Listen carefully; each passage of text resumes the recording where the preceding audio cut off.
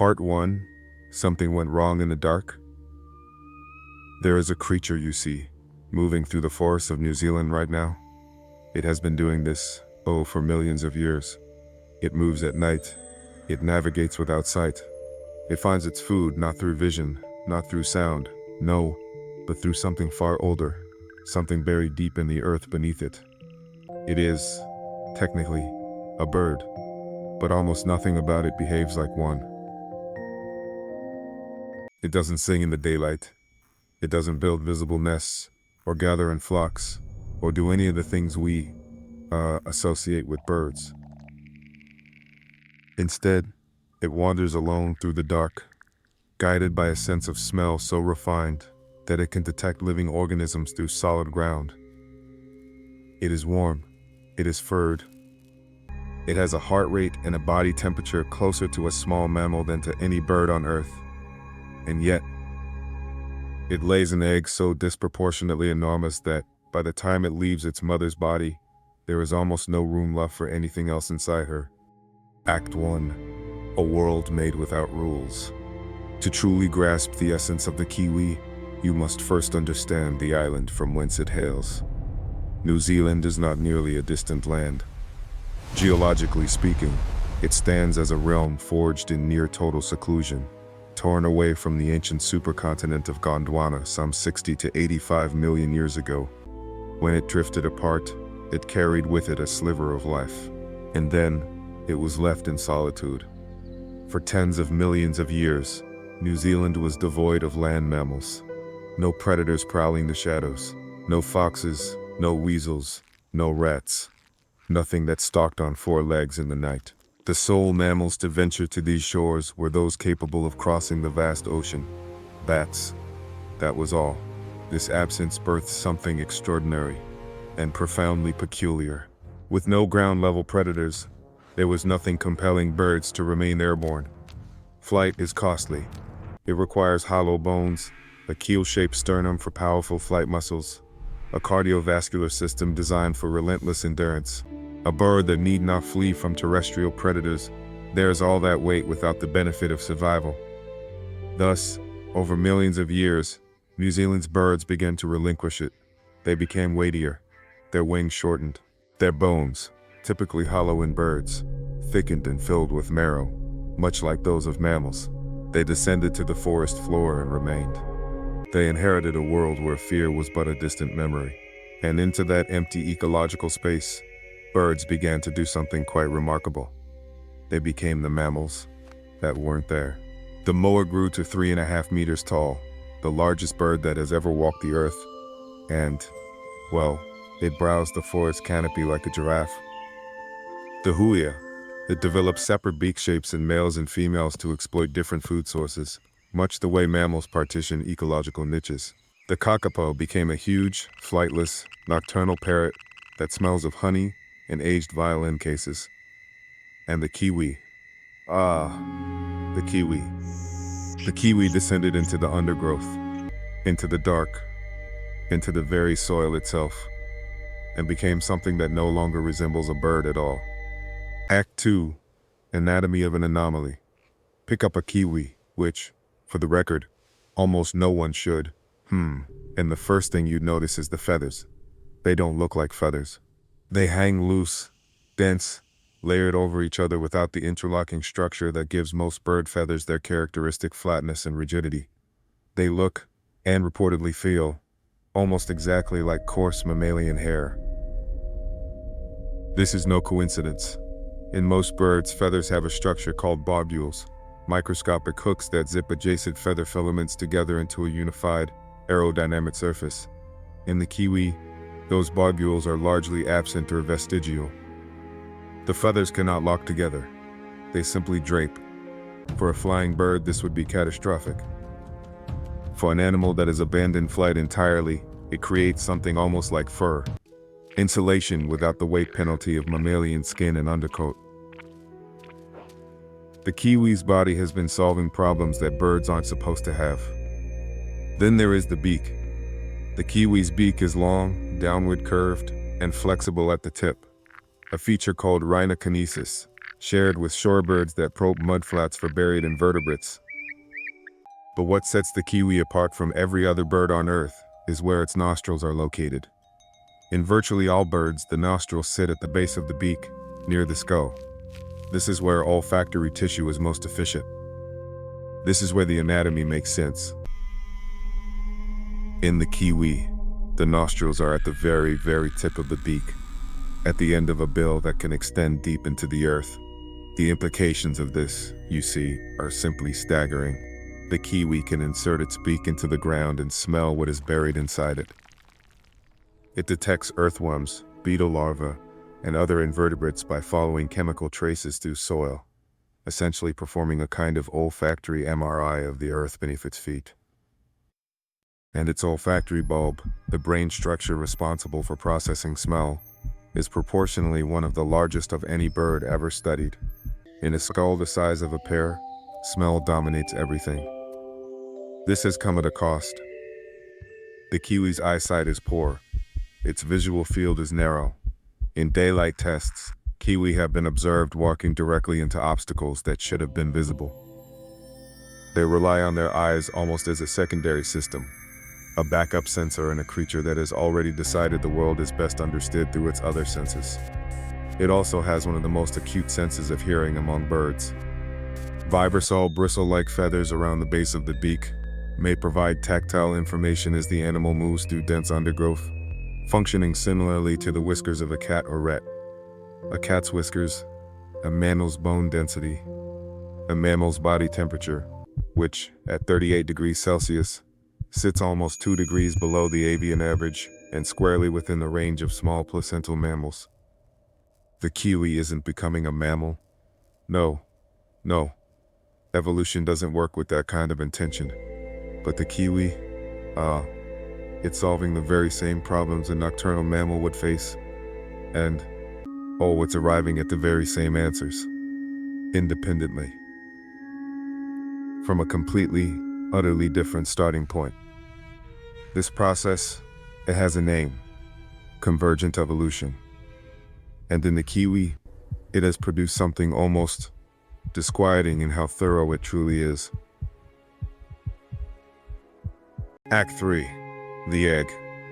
There is one feature of the kiwi's biology that stops biologists entirely when they encounter it for the first time. Not the nostrils at the beak tip, no, nor the hair-like feathers.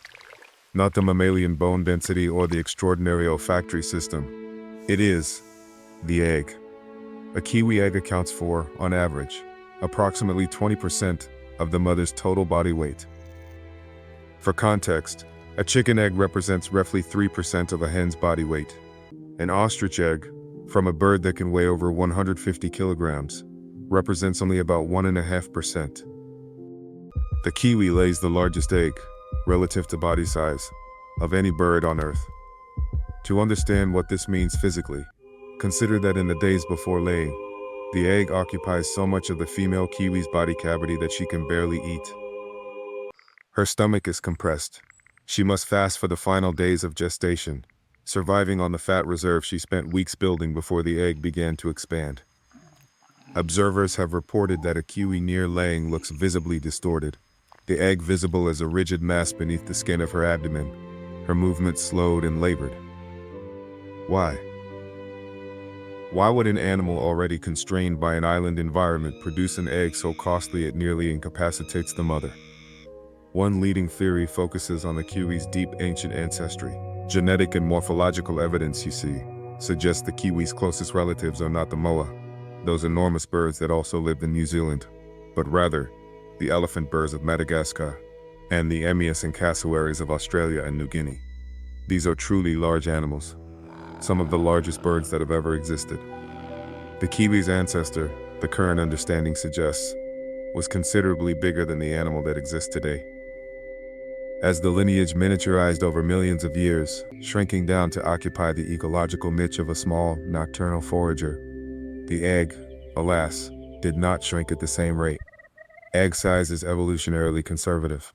It changes slowly.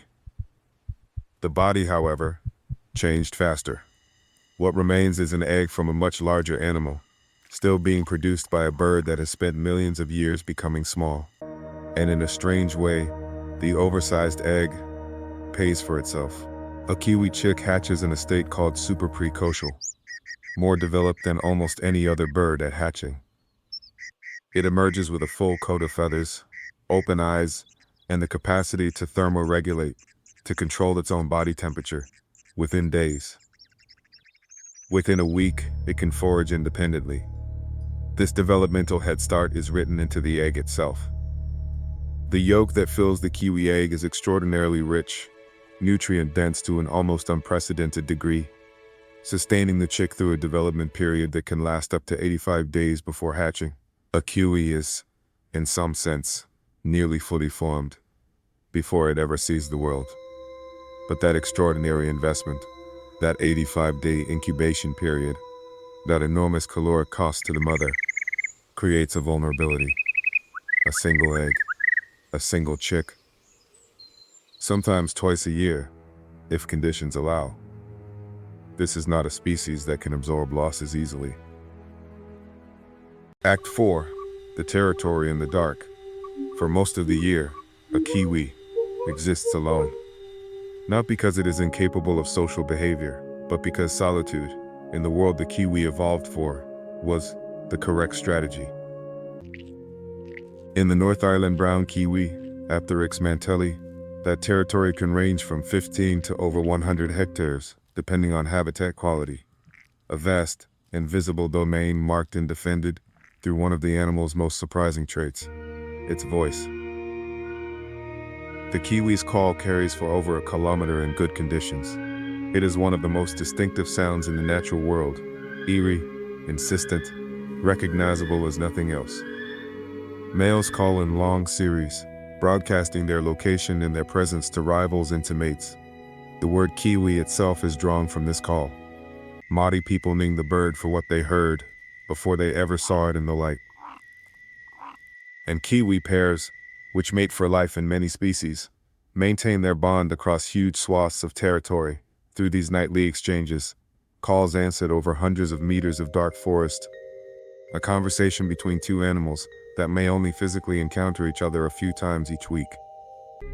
When territorial disputes occur, they can become violent. Kiwi have powerful legs, extraordinarily muscular for an animal of their size, built for digging and for standing their ground. They kick with both feet. They drive their reinforced claws into rivals. Birds have been found dead from territorial confrontations. For an animal that looks, to the human eye, like a round, harmless, slightly bewildered creature of the forest undergrowth, the kiwi defends its existence with a ferocity that is easy to underestimate. This fierceness makes sense.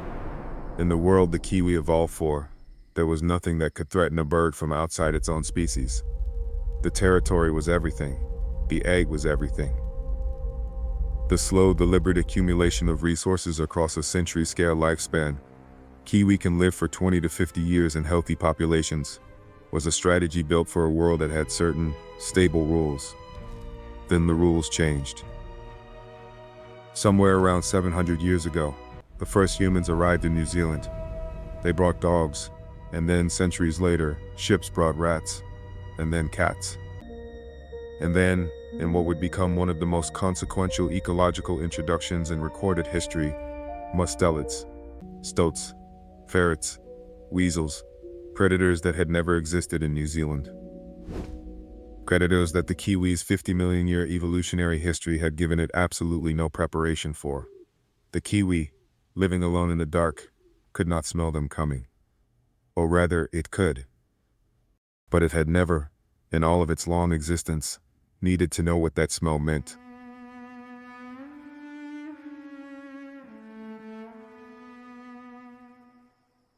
There are currently an estimated 68,000 kiwi remaining in New Zealand. Without intervention, that number has historically fallen by approximately 2% every year. A single stoat can kill multiple kiwi in a single night. Part 2. What the dark has cost. The kiwi, you see, spent approximately 50 million years becoming exactly what it is. Every adaptation, the beak, the nostrils, the hair like feathers, the massive egg, that solitary territorial life, lived entirely in darkness, were shaped by a single, consistent truth. Nothing was hunting it. That truth, it ended. And the kiwi had no answer for what came next. The stoat is not a large animal, you know.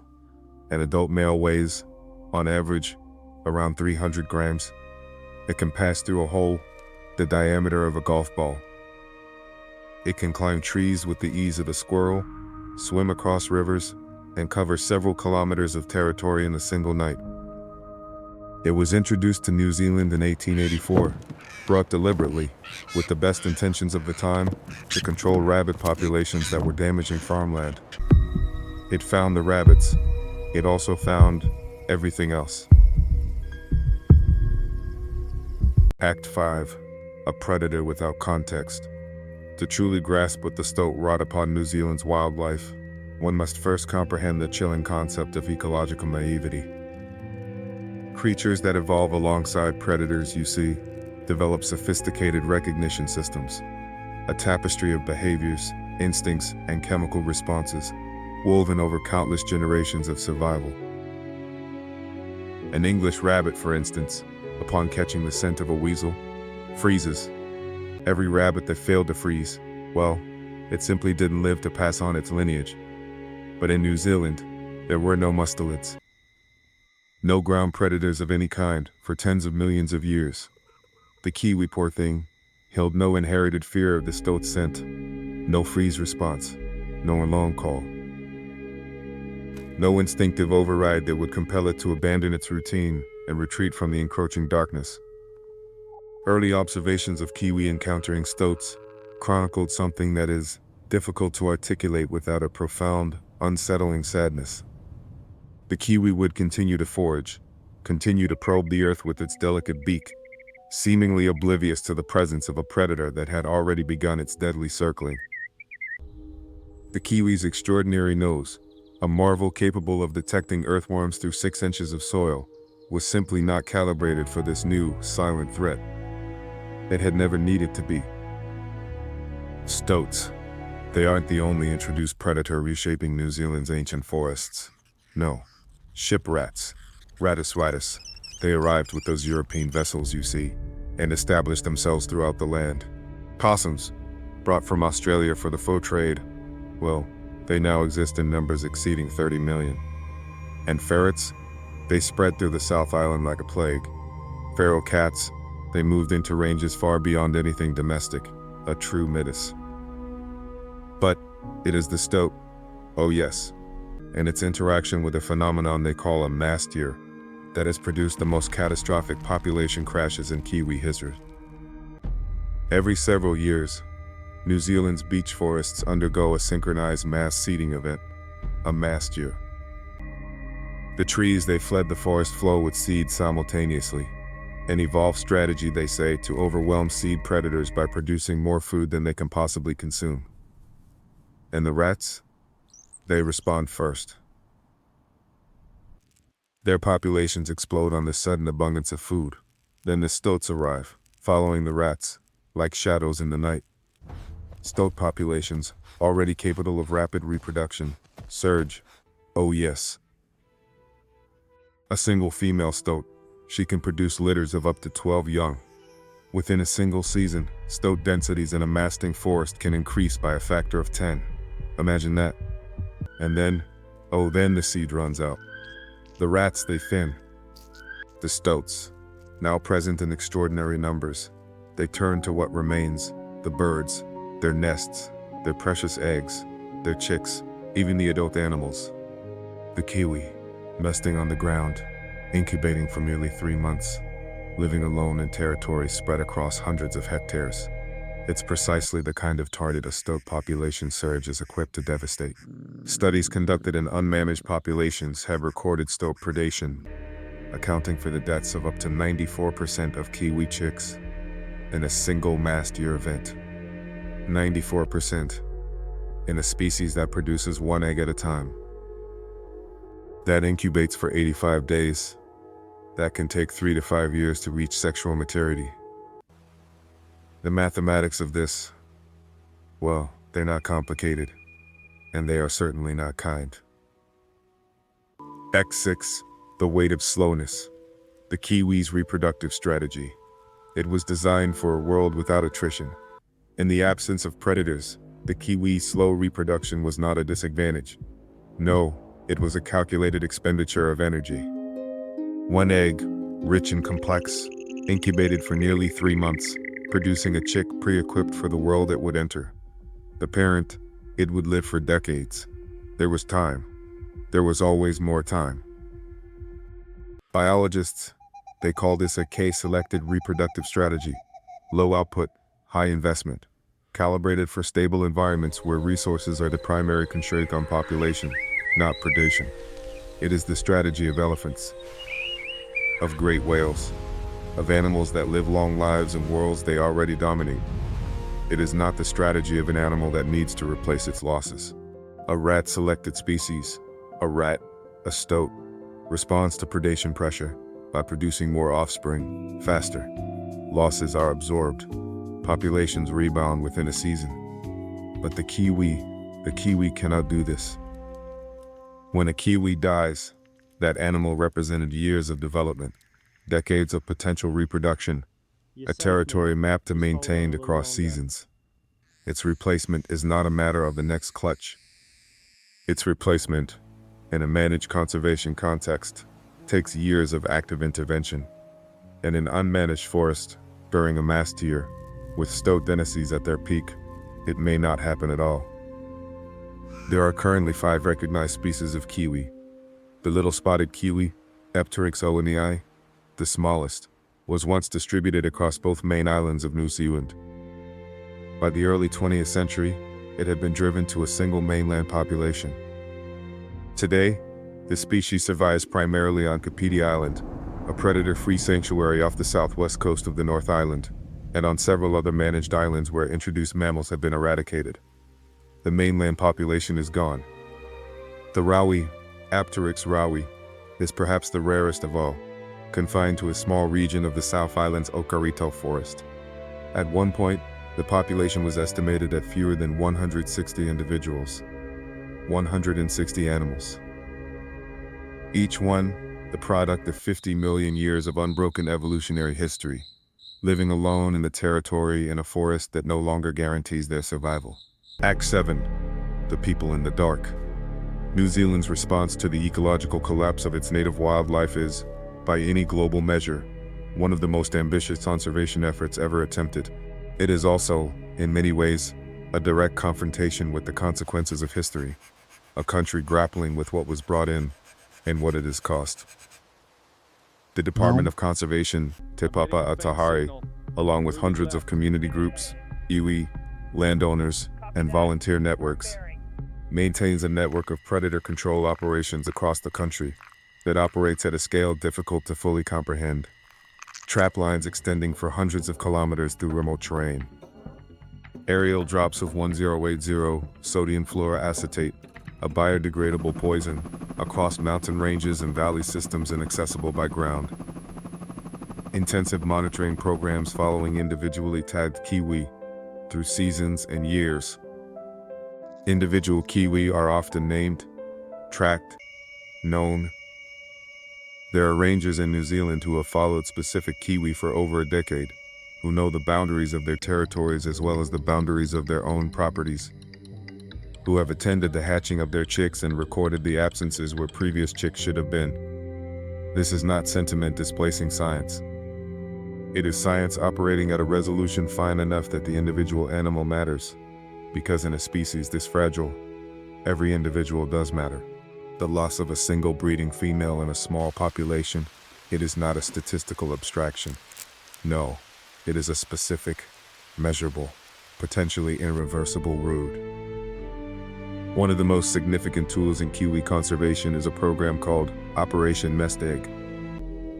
Eggs, or very young chicks, are removed from wild nests, carefully, precisely, under research permits, and then transferred to captive rearing facilities at zoos and specialist centers around New Zealand.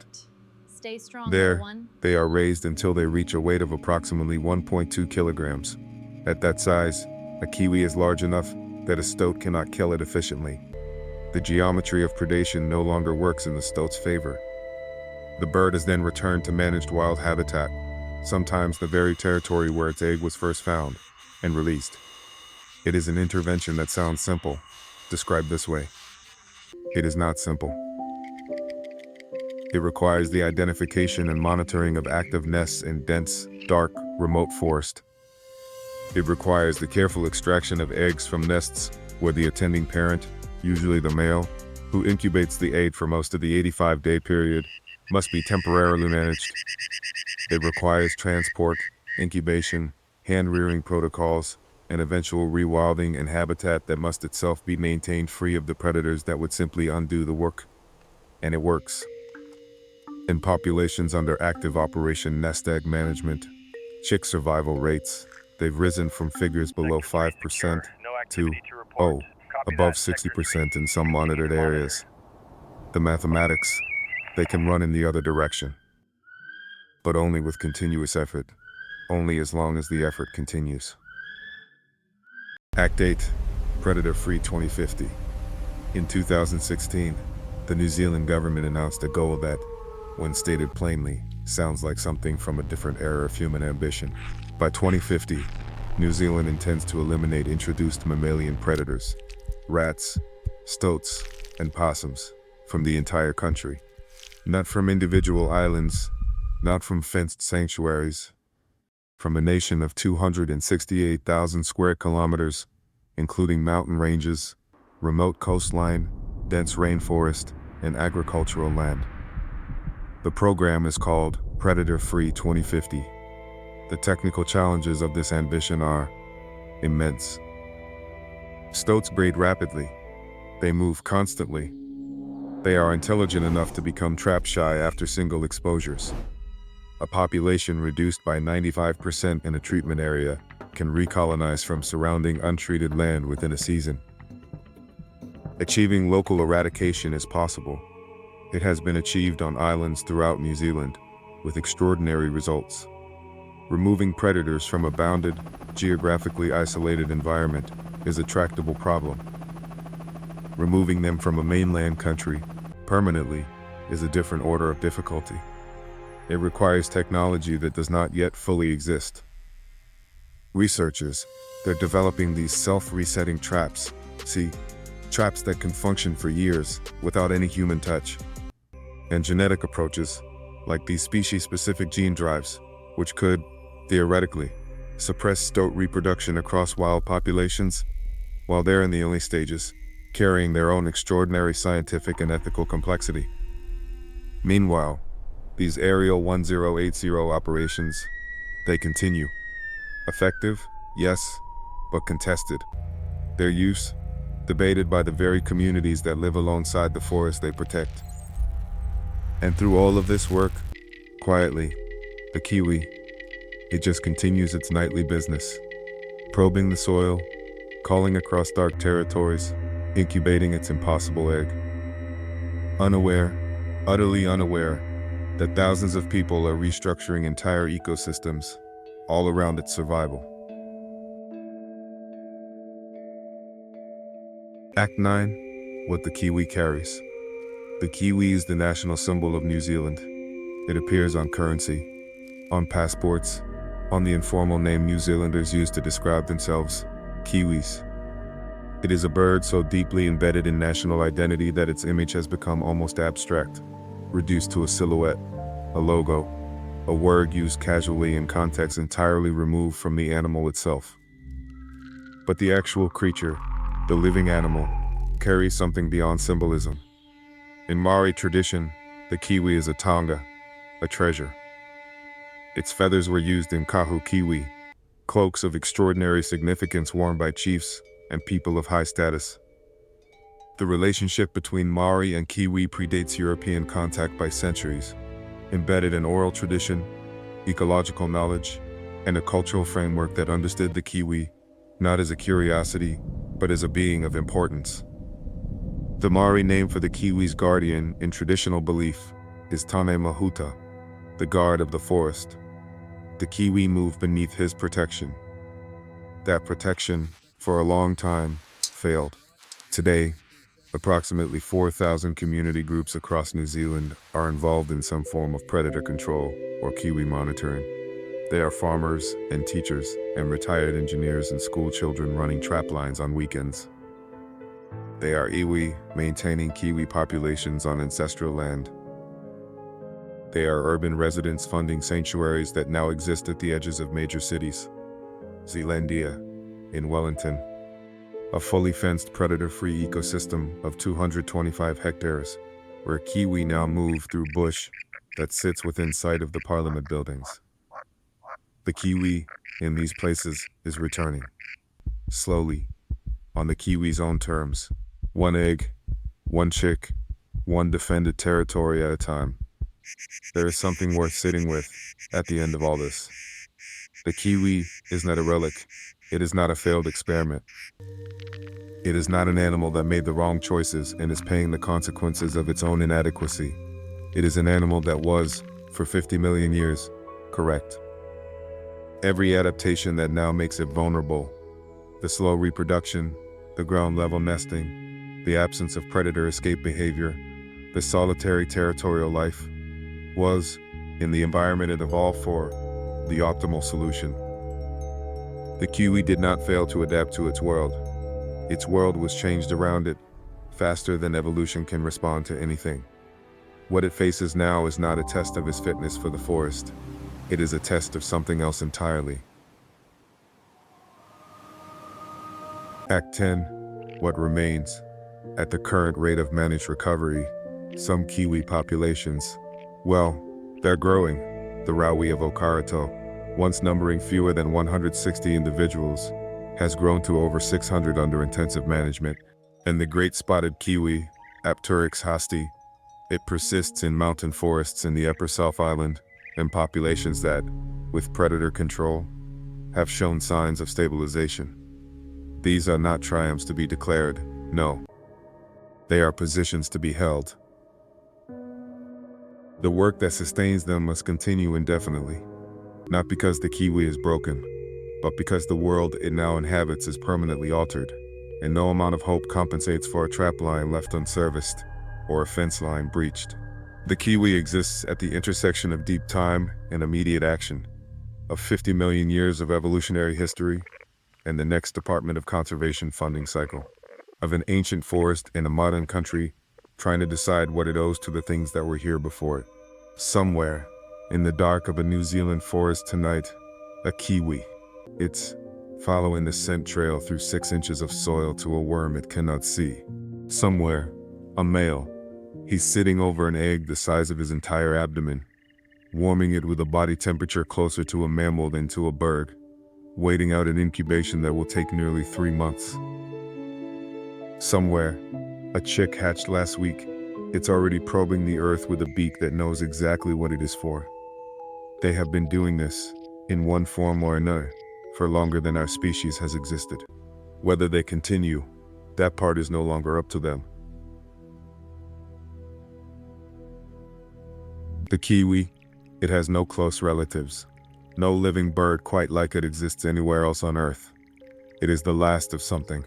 What that something was, and what it might still become, depends entirely on what happens next. Apteryx. From the Greek, without wings. It never needed them.